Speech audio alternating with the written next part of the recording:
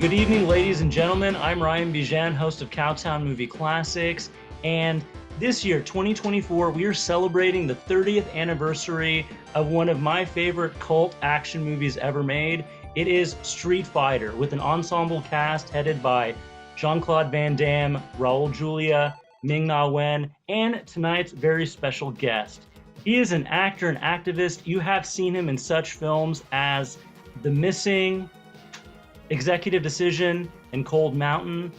Please give a warm round of applause for Mr. Jay Tavare. How are you doing tonight, Jay? I'm good, thank you. How you doing? All right. In Street Fighter, obviously, it's an ensemble cast with a lot of great characters. It's based on the Capcom video game. The original Street Fighter came out in 1987, and of course, Street Fighter 2 in the early 90s, it just exploded onto the scene. And in this film, you play one of my favorite characters as a gamer. He is the Spanish ninja bullfighter, Vega. That's right. Jay, as an actor early in your career, you're doing this big martial arts action film. What was that audition process like? How did you first find out about it?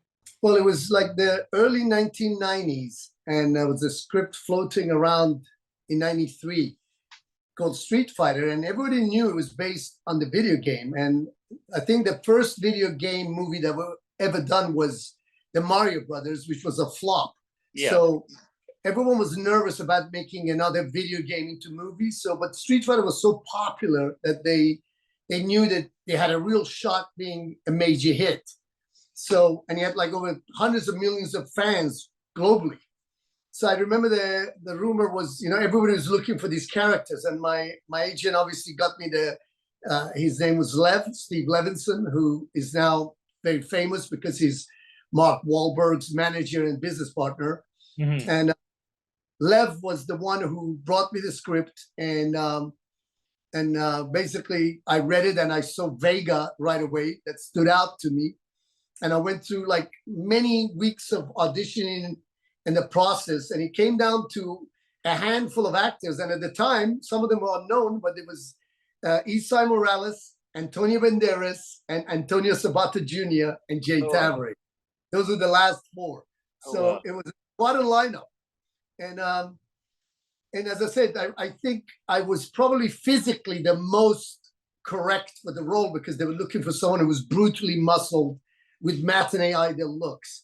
And although, of course, you had Sabata Jr., who went on to be a Calvin model, and these guys all looked different after the movie, but in 1993, they didn't look the way they wanted it, And so when I found out I got it, we basically started training with Benny the Jet, and it was several months of preparation before we ended up in late March in Bangkok, Thailand, where we started the movie, and then ended up in Australia for 3.5 months in the Gold Coast, and then eventually in Vancouver to finish the movie. So it was in 3 different countries, and it took about 6 months to shoot.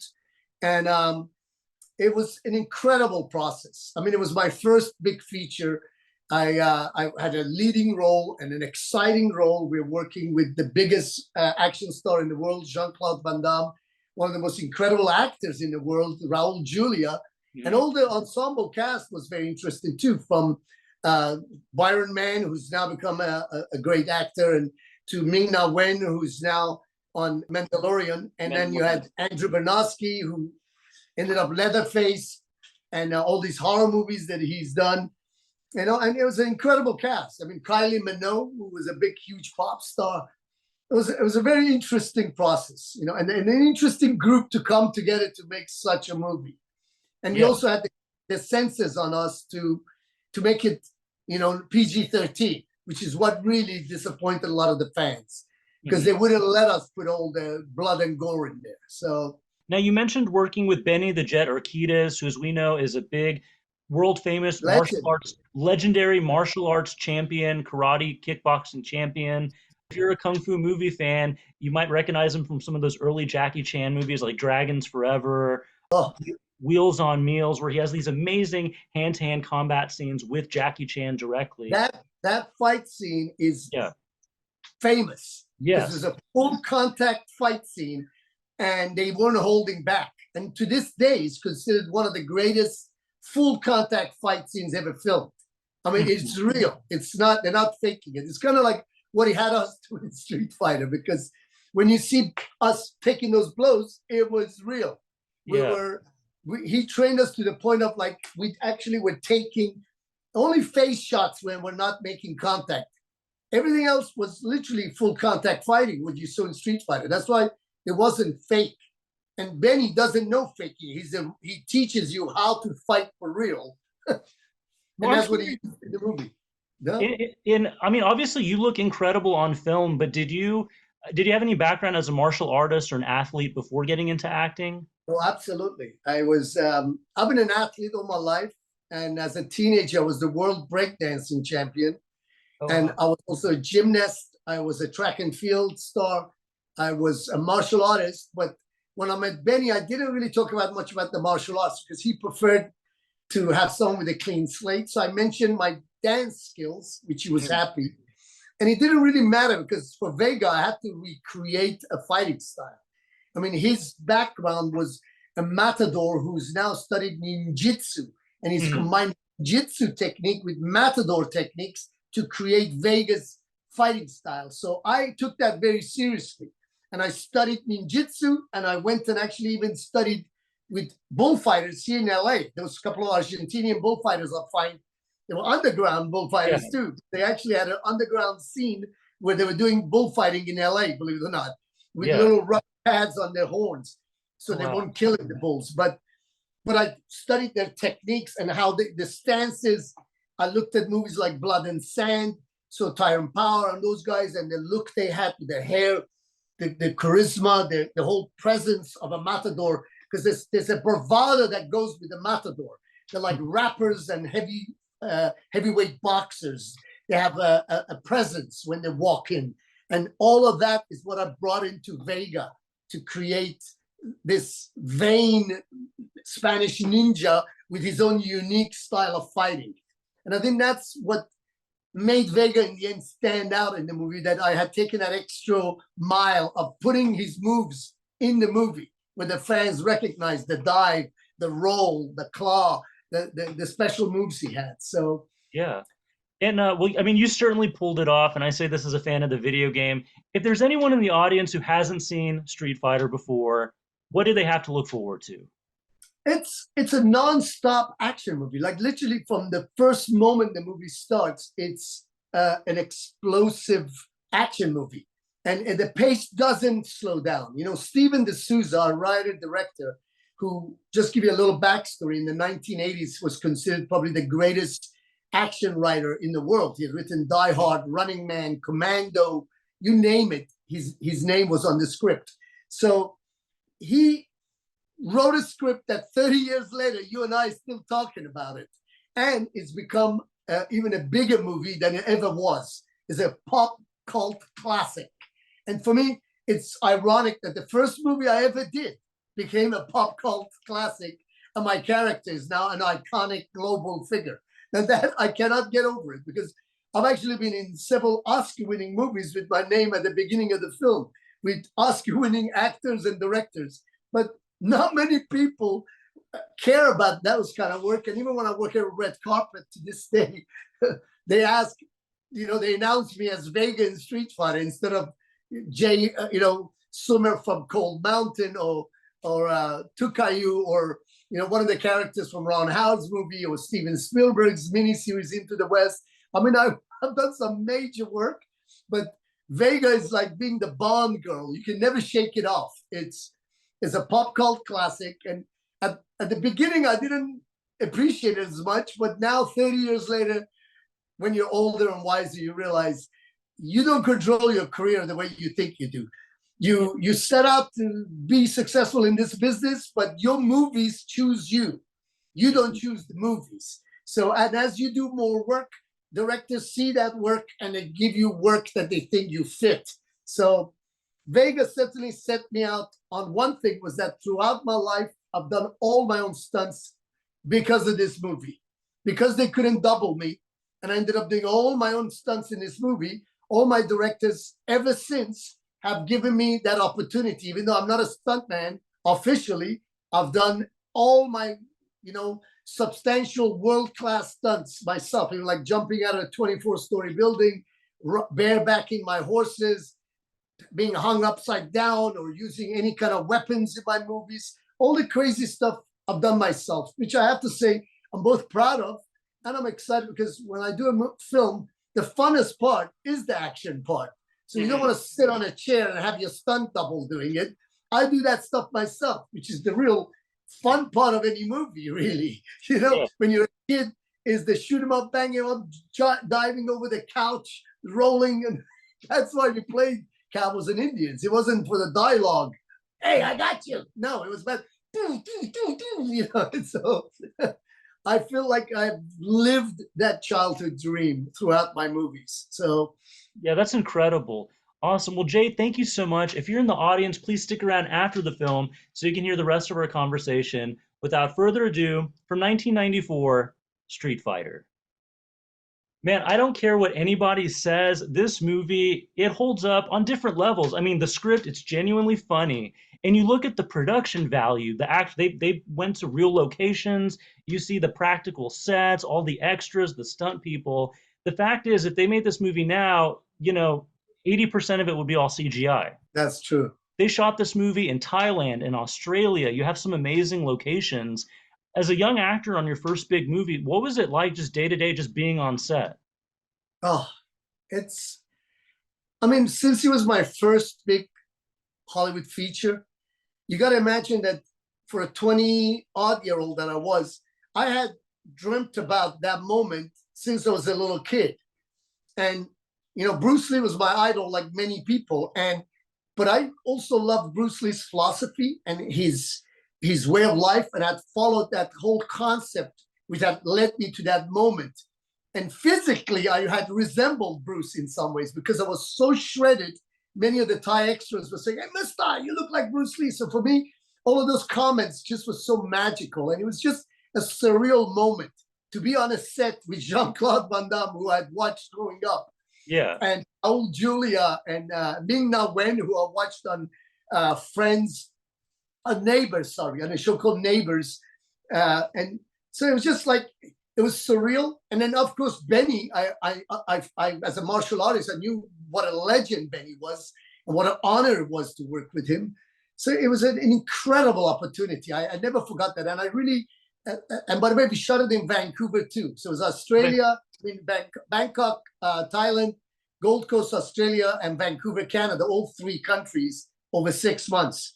Oh, wow. So it took so long that by the time I got home, the president had changed. Oh. So we were so involved with what was happening, election, everything had come and gone. Yeah. So, well, let me ask you, well, I was curious if you don't mind. So that your opening fight scene in the cage match when you're fighting, when you're about to fight Ryu in the cage, was that shot in Thailand? Bangkok, that was the opening shots we shot, actually. That's how we started the movie, with that, because it was a big scene, and that was a collapsible stage when the tank comes in.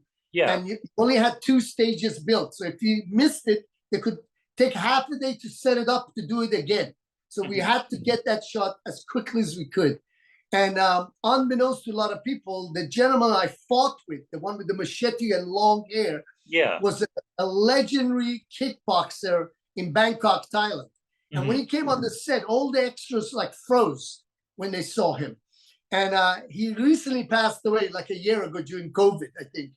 And but he was a legendary kickboxer with many, many wins. And he was, what I noticed right away is when there's a moment when I hit him and he was supposed to drop and hit the ground, he would hit that wooden floor with his face full smack on every take. I've never seen anything like it. I thought he was hurt. He was hitting the ground so hard. Well, that's how tough the guy was, that he was like taking his full fall, like a timber, face planting every time, take after take. And I was like, oh my God. It's because I do stunts. I knew how difficult what he was doing is. And so that was interesting. Like even those little parts that people forget, like for example, the guy who's torturing Honda and Balrog, the boxer. Yeah. And they're getting tortured. The white big dude, that's a very famous British boxer. That's the guy who fought Muhammad Ali and knocked him down in the 60s movies. Ken North, what's his name? God, I forgot his name now. I didn't want to do that. But if you look him up, he's that famous, like, so even the little bit parts had major stars in it. You know, like the guy who played Dolly. He was a very famous British Indian actor. who was Roshan Seth. Yeah. That's exactly. Seth Roshan. He's a Shakespearean actor. Yeah. He's a Shakespearean. These guys all joined on, and even Raul, who had an Emmy, an Oscar, you know, like he only did it because his kids loved the movie, and he decided, because he was very sick when he came on the set. So it was incredible that he managed to even pull it off. Famously, Raul Julia, this was his final film. Were you aware of his illness or the extent of it at the time? No, absolutely. When he arrived on the first day in Bangkok, Thailand, he weighed 160 odd pounds at a 6'4". Oh, wow. People forget how tall Raul was. Mm-hmm. And he had a scar from here all the way past his belly button, where that opened him up. He had full stomach surgery with part of his intestine removed. He had like stomach cancer, and he was weak and sick. And he was able to like pump himself up before every take and become Bison, to the astonishment of the cast and the crew. Mm-hmm. Amazing, man, amazing. And I flew back with him from Australia, and it was sad. He went to Vancouver to start a movie with Laura Dern, and 2 or 3 weeks later he was gone. So he never finished the movie. Mm-hmm. So Street Fighter was his last film, which is ironic, you know? Yeah. Well, you know, if you're familiar with the video games, you know that Vega and Sagat, they're the right-hand men to the character M. Bison, played by Raul Julia. And that puts you in a position, so you're working with Raul, you're working with Wes Studi. Did you learn anything? I mean, did you hit it off with these guys? What was your day-to-day interaction like? Well, Wes Studi, definitely, because, you know, I mean, I do a lot of native roles, so I kind of had that native connection with Wes. But Wes had just done Last of the Mohicans. He wasn't quite as famous as he is now. He's now got an honorary Oscar, and he's a famous figure. But back then, he was just kind of coming up. And but Raul was globally famous. He had an Oscar, he had an Emmy, he had a Grammy, he had everything. And the guy could sing, dance, entertain. He was literally the man. So yes, no, I was aware of the cast, and I tend to research everyone I work with before I ever meet them, so I have an understanding of who I'm working with. And I really enjoyed, like I said, Australia, and Australian people at the Gold Coast was a lot of fun, you know. So besides that, you got to see, I had been to Bangkok, I'd never been to Australia, and I hadn't been to Vancouver either. So we got to see parts of the world. Mm-hmm. The travel was fun. Making a movie, you were getting paid to train, stay in shape. I mean, it was a dream job. Oh, no, absolutely. Now, look, I know you're a classy guy. You may not want to talk about this, but for my research over the years, my understanding was that Jean-Claude Van Damme, he couldn't be the easiest guy on set every day. I have to say that I knew Jean-Claude before Street Fighter. Okay. And he had actually, I'd met him on the closing party of Double Impact, his movie. Mm-hmm. And he had used me like a year or so earlier for a little short he had shot as the villain. He directed it himself.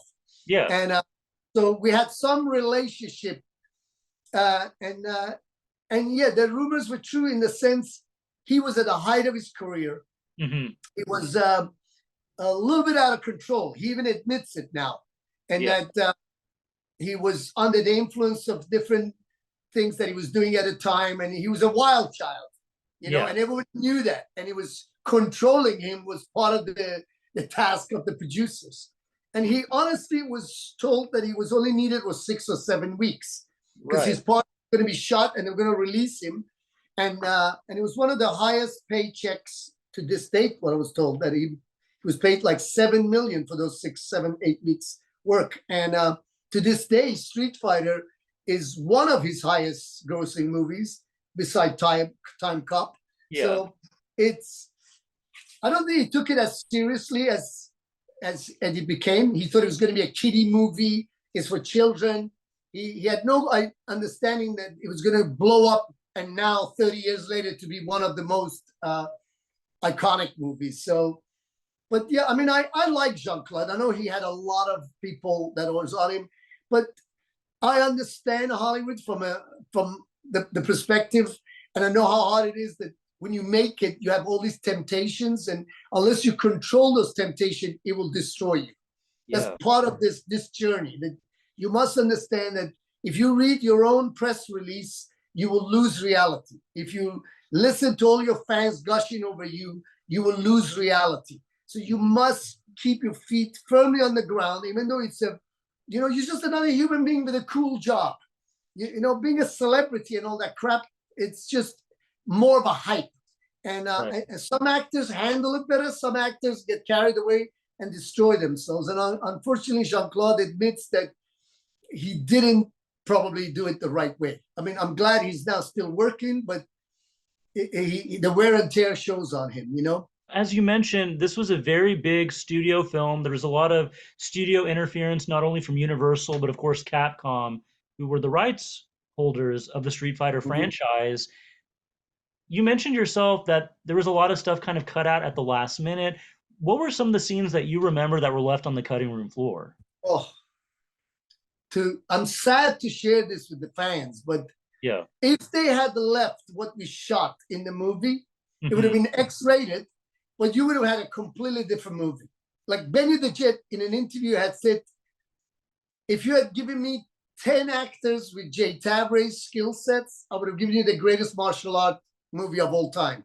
Oh, wow. And I can tell you that the fight scenes I did with both Byron Mann and his stunt double, which was Ernie Ray Sr., a legendary Taekwondo black belt, triple Dan, whatever. Yeah. Him and I had some of the most unbelievable fight scenes at the end, that fight scene at the end. And unfortunately, none of it made the final cut. It was, in a way, they said if they had left it in, it would have been so different than other fight scenes that wouldn't have really matched kind of the rest of the film. Plus, you had the censors that was on top of our director. No bone cracking noise, not a drop of blood, no extra violence. And he was desperate to get the ratings he wanted. And because it was a video game that it was included with violence, the ratings were like, you make one mistake, you're not going to get the rating you want. So they kind of like forced him to come out with the movie he had. And that's what the detriment was to the fans, because they wanted to see more fighting. They didn't quite get it. And it was supposed to be a sequel. We had signed to do a sequel. But because the movie didn't quite pan out the way it was meant to be, the sequel was canceled. But we had signed to do a sequel that we thought in that they were going to then expand the fighting and everything, but it never happened, sadly. And all that footage is somewhere in the Universal vaults. Who knows? Maybe one day somebody could dig it up if it's not destroyed. Yeah. Because it was worth putting in there. I know there's been many cuts of the movie, but no one has done an X-rated cut yet. And I think that's what it deserves. If you give an X-rated cut, that's when you're going to see some serious. By the way, the director, Steven, told me that this movie has made $25 million every year since it was released. Oh my God. So what are they waiting for? Put it out. Put out the director's cut. That's what I want to see. When I asked him, where's that footage? He said he doesn't even know, which was kind of sad. So I'm guessing since Universal owns it, it's probably in some vaults if they haven't thrown it away. So it's, who knows? You know what I mean? But the Souza has some control over the movie because he's not just the writer director, but a producer. So if anybody can do it, it's him. Now, so Vega's such an iconic character with the mask and the gauntlet, the claw, of course. Did you get to keep anything from the set? This is the actual mask from the movie with the imprint of my face on the inside. Oh, wow. It's all padded.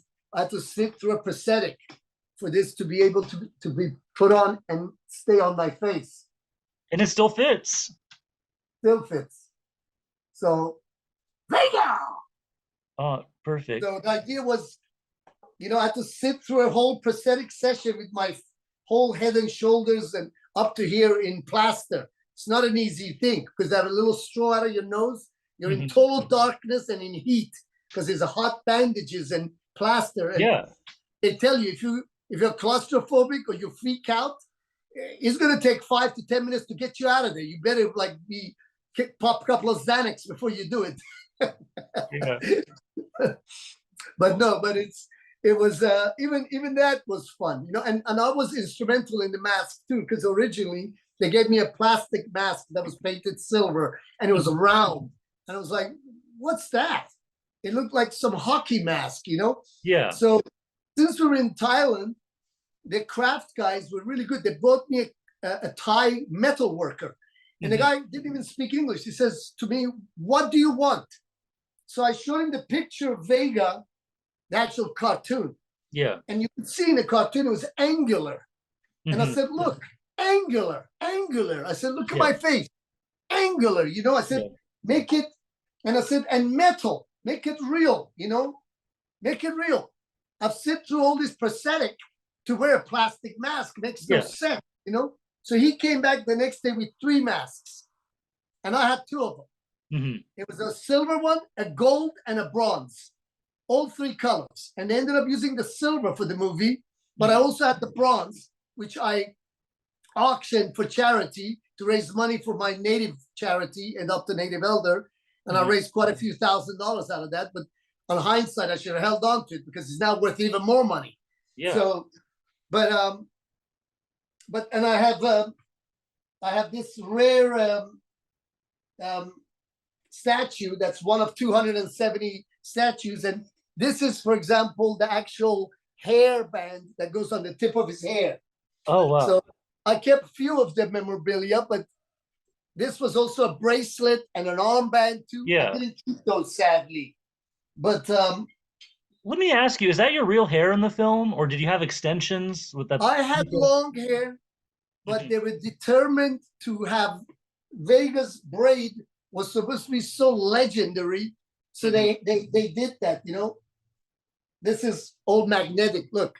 Yeah. So they wanted to have that thickness with that thing at the end. So they, you know, they added a piece, and it was a very expensive piece too. It was like thousands of dollars for that hair piece.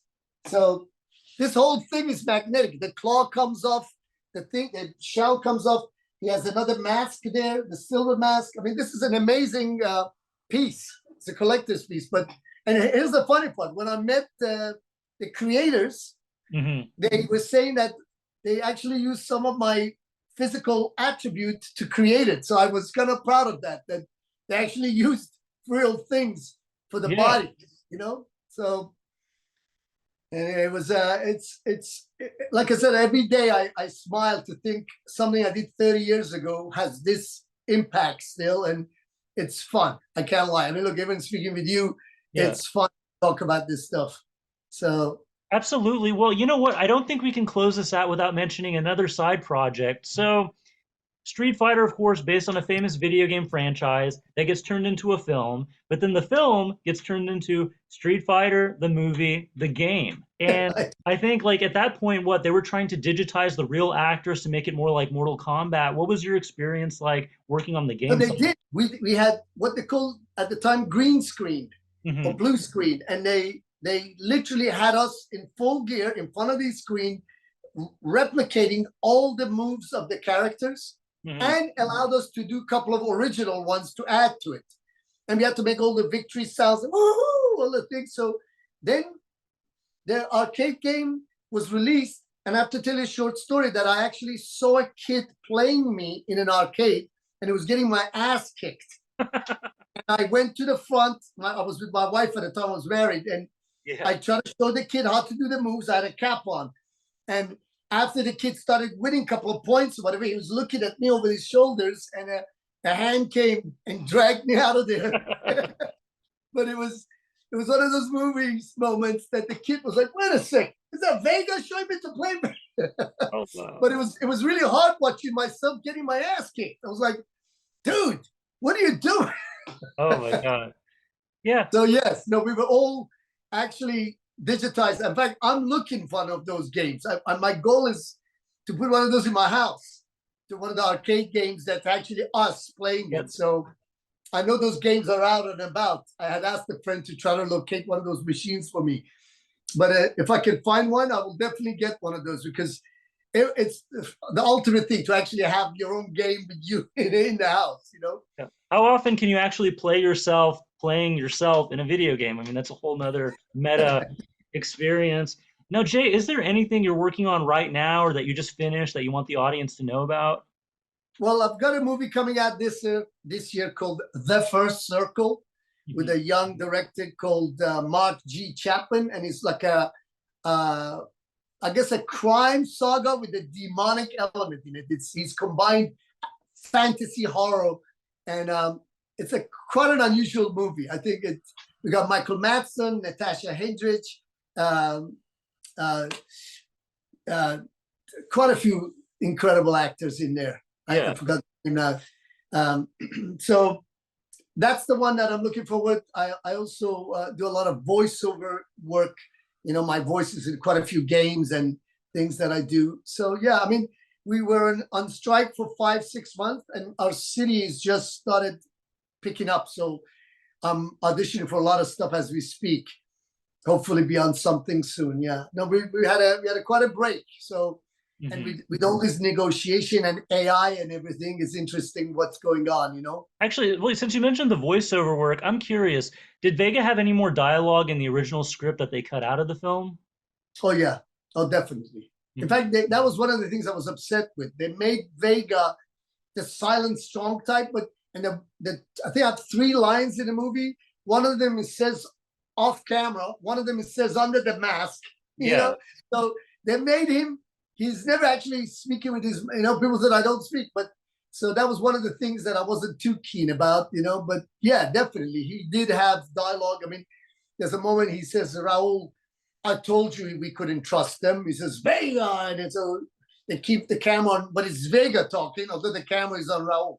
Then I have the mask on and I tell Raul, where were we? You know, you were losing. So there's a few moments in there that he says few things, but not really. And I'll be honest with you, I was okay with that, because Street Fighter was not a movie about dialogue. Of course, you know? It was the action that drove it. And in fact, to be honest with you, it's again, what I was told was I did so much with so little to say, just from expressions and my, you know, body language, put a lot of Vega personality in there without actually speaking.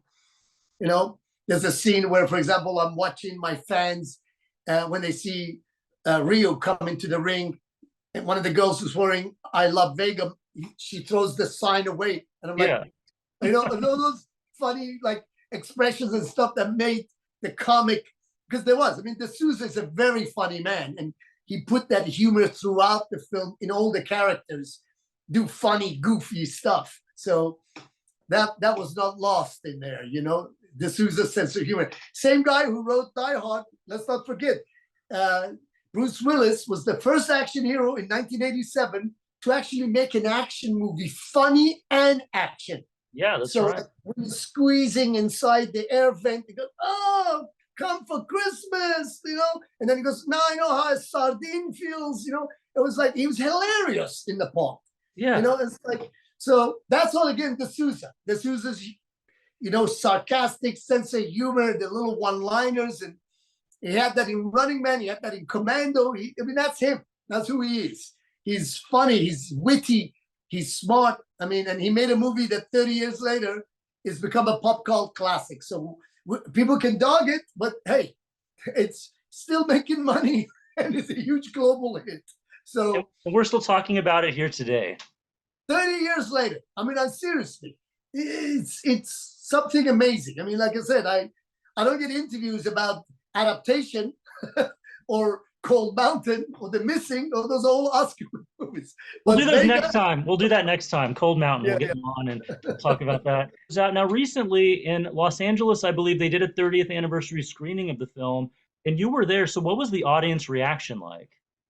Well, actually, it wasn't an official 30th anniversary. It was just this screening that happened on the 30th anniversary. There was actually discussion to have a proper one this year. We're bringing most of the cast to be on stage and all of that. Somebody's planning it. But no, that was just a late night screening. It was very late. The movie started at 10:30, 11 o'clock. It went into 1 a.m. So the people who showed up all die hard to want to watch a movie that late. Yeah. But I'll be honest with you, it was very nostalgic. Yeah. I mean, I've seen Byron over the last few years, so we had reconnected, but it was great seeing him again. And also, it was like, it was fun to see it on the big screen again. I even invited my old agent manager to see it because she was there 30 years ago. Mm-hmm. And the first thing I noticed was the movie actually held up better than I thought. Like in my mind, I thought I was going to get bored or whatever, but it actually held up, and it was entertaining even after 30 years. So again, it was, and the audience were laughing and they were all there. And I showed my arm at the end and got a little cheer. So it was, again, it was the nostalgia of it. That was a lot of fun just to see people who they, you know, it was, there was several fathers who were with their sons, and mm-hmm. the father was the son's age when he saw the movie. So it was funny to be talking to a 40, 50-year-old saying, oh, I was a huge fan, you know, but, you know, and now here's my 20-year-old son who's seeing it for the first time, you know? So yeah, it's quite amazing. It's like, that's the part of my profession I love, you know, how many people you touch and how the work you do may stand the test of time. And if it does, it's an interesting feeling. I mean, how many people can say something they did 30 years ago still is being discussed? I mean, we don't even remember what we did yesterday. The cast was wonderful. And to this day, I'm still friends with Andrew Bernowski, Peter Tuciassosopo, Kylie Minogue, Wes Studi, you know, even Stephen De Souza, the director. I mean, I'm in touch with these people still. And even 30 years later, it's like a little family that, you know, everybody's branched out and done so much more. But that's something special we shared at kind of the dawn of our careers 30 years ago. So it is something hopefully we'll treasure. Mr. J. Tavare, thank you so much for your time. Thank you so much, and thank you, audience. Thank you. And if you're in the audience, I hope you enjoyed the film as much as I did tonight. Once again, my name is Ryan Bijan. We'll see you next time.